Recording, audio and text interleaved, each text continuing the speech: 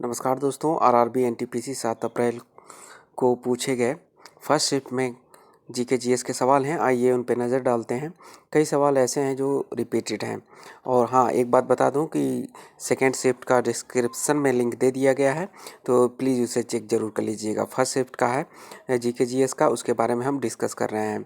तो पहला क्वेश्चन क्या है कि उपराष्ट्रपति का चुनाव संसद के किस सदन द्वारा होता है? तो आपके ऑप्शन में था लोकसभा और राज्यसभा दोनों था, और थर्ड ऑप्शन में ये दोनों था। तो ये राइट आंसर होगा। उपराष्ट्रपति का जो चुनाव होता है संसद के किस सदन द्वारा होता है? तो लोकसभा और राज्यसभा दोनों सदनों द्वारा होता है। उसके बाद अगला क्वेश्चन पूछा गया था, लॉर्ड डलहौजी ने किस स्थान को चेरी कहा था? लॉर्ड डलहौजी ने किस स्थान को चेरी कहा था? तो इसका राइट आंसर होगा अवध राज्य को। उसके बाद देखिए, रिपीटेड क्वेश्चन था कि कंदरिया महादेव मंदिर कहाँ पर है? ये रिपीटेड क्वेश्चन है आरआरबी एनटीपीसी में। 2-3 बार क्वेश्चन ये पूछा गया है कि कंदरिया महादेव मंदिर कहाँ पर है? इसका राइट जो आंसर होगा खजुराहो में। उसके बाद चलिए, अगला क्वेश्चन ये पूछा गया था कि नेल्सन मंडेला को किस द्वीप पर गिरफ्तार किया गया था? देखिए, क्वेश्चन क्या पूछ दिया था कि नेल्सन मंडेला को किस द्वीप पर गिरफ्तार किया गया था? तो इसका राइट आंसर होगा रॉबिन द्वीप पर।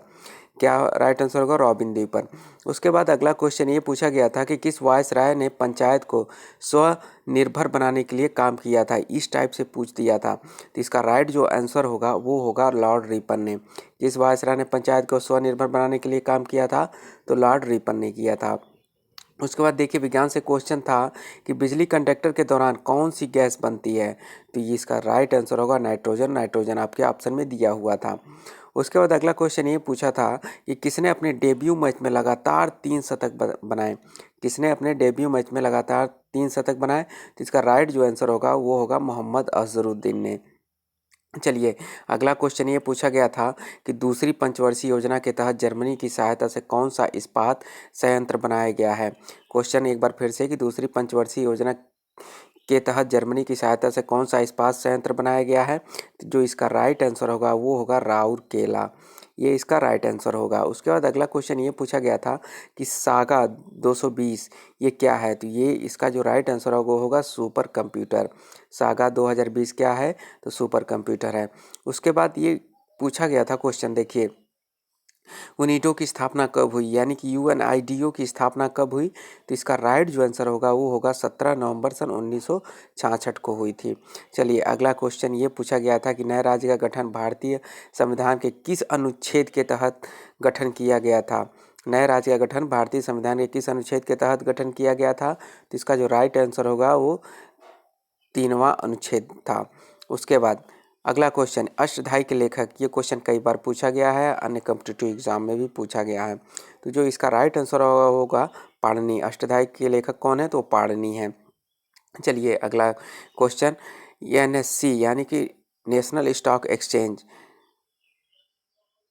स्टॉक एक्सचेंज की स्थापना किस समिति की सिफारिश पर की गई थी? तो इसका राइट आंसर होगा, आपके ऑप्शन में दिया हुआ था, फेरवानी समिति। ये इसका राइट आंसर होगा। अगला क्वेश्चन ये पूछा गया था कि किस अभिनेता को फीफा 2021 से सम्मानित किया गया था? ये बिल्कुल लेटेस्ट क्वेश्चन पूछा गया था कि किस अभिनेता को फीफा 2021 से सम्मानित किया गया था? तो जो इसका राइट आंसर होगा वो अमिताभ बच्चन होगा। और चलिए, अगला क्वेश्चन ये पूछा गया था कि लोकतल झील कहाँ पर है? तो इसका जो राइट आंसर होगा वो मणिपुर होगा। उसके बाद देखिए, कंप्यूटर से क्या क्वेश्चन पूछा गया था कि डॉट मैट्रिक्स लेज़र क्या है? तो डॉट मैट्रिक्स लेज़र जो है वो प्रिंटर है। ये प्रिंटर आपके ऑप्शन में था, इसलिए राइट आंसर होगा। उसके बाद देखिए, कंप्यूटर से एक और क्वेश्चन था कि स्प्रेडशीट को किस नाम से जाना जाता है? तो इसका राइट आंसर होगा MS एक्सेल। स्प्रेडशीट को किस नाम से जाना जाता है? तो MS एक्सेल के नाम से जाना जाता है। उसके बाद आईएनएस के जहाज़ों को कहाँ पर डीकम्पोज किया जाता है? तो इसका राइट जो आंसर होगा वो होगा कोच्चि। उसका देखिए, कंप्यूटर से एक और क्वेश्चन था, लिनक्स MS डॉस क्या है? लिनक्स MS डॉस क्या है? तो इसका जो राइट आंसर होगा वो होगा ऑपरेटिंग सिस्टम। चलिए, अगला क्वेश्चन ये पूछा गया था कि पानी में घुलनशील विटामिन कौन सी है? तो आपके ऑप्शन में B1 था या B19 था। ये दोनों जो घुलनशील हैं, अब जो भी आपके ऑप्शन में होगा वो राइट होगा। चलिए, उसके बाद अगला क्वेश्चन ये था कि इनो की विश्वविद्यालय कहाँ पर गठित की गई थी? देखिए, क्या क्वेश्चन पूछा था। इनो से कई सारे क्वेश्चन अब तक से रिपीटेड क्वेश्चन पूछे जा रहे हैं आरआरबी एनटीपीसी में, और 7 अप्रैल को जो हुआ उसमें ये पूछ दिया था कि इनो की विश्वविद्यालय कहाँ पर गठित की गई? तो इसका जो राइट आंसर होगा वो होगा जापान, टोक्यो में। अगला क्वेश्चन, योजना से क्वेश्चन था कि समर्थ योजना किस मंत्रालय के तहत आता है?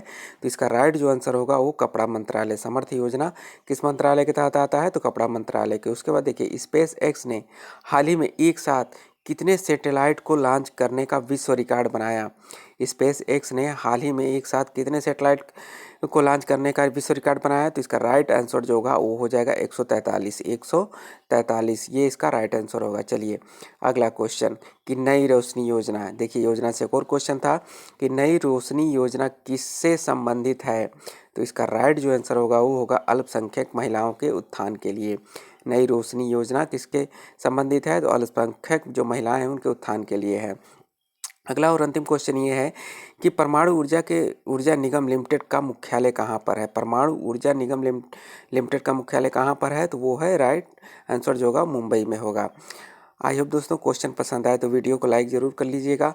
और हाँ, सेकेंड शिफ्ट का आपको डिस्क्रिप्शन में लिंक मिल जाएगा। और भी क्वेश्चन मिलते हैं तो आगे हम क्वेश्चन आपको उसका आंसर और क्वेश्चन दोनों हम आगे चलते हैं आगे बताते रहेंगे, इसलिए आप चैनल को सब्सक्राइब जल्दी कर लीजिएगा। धन्यवाद।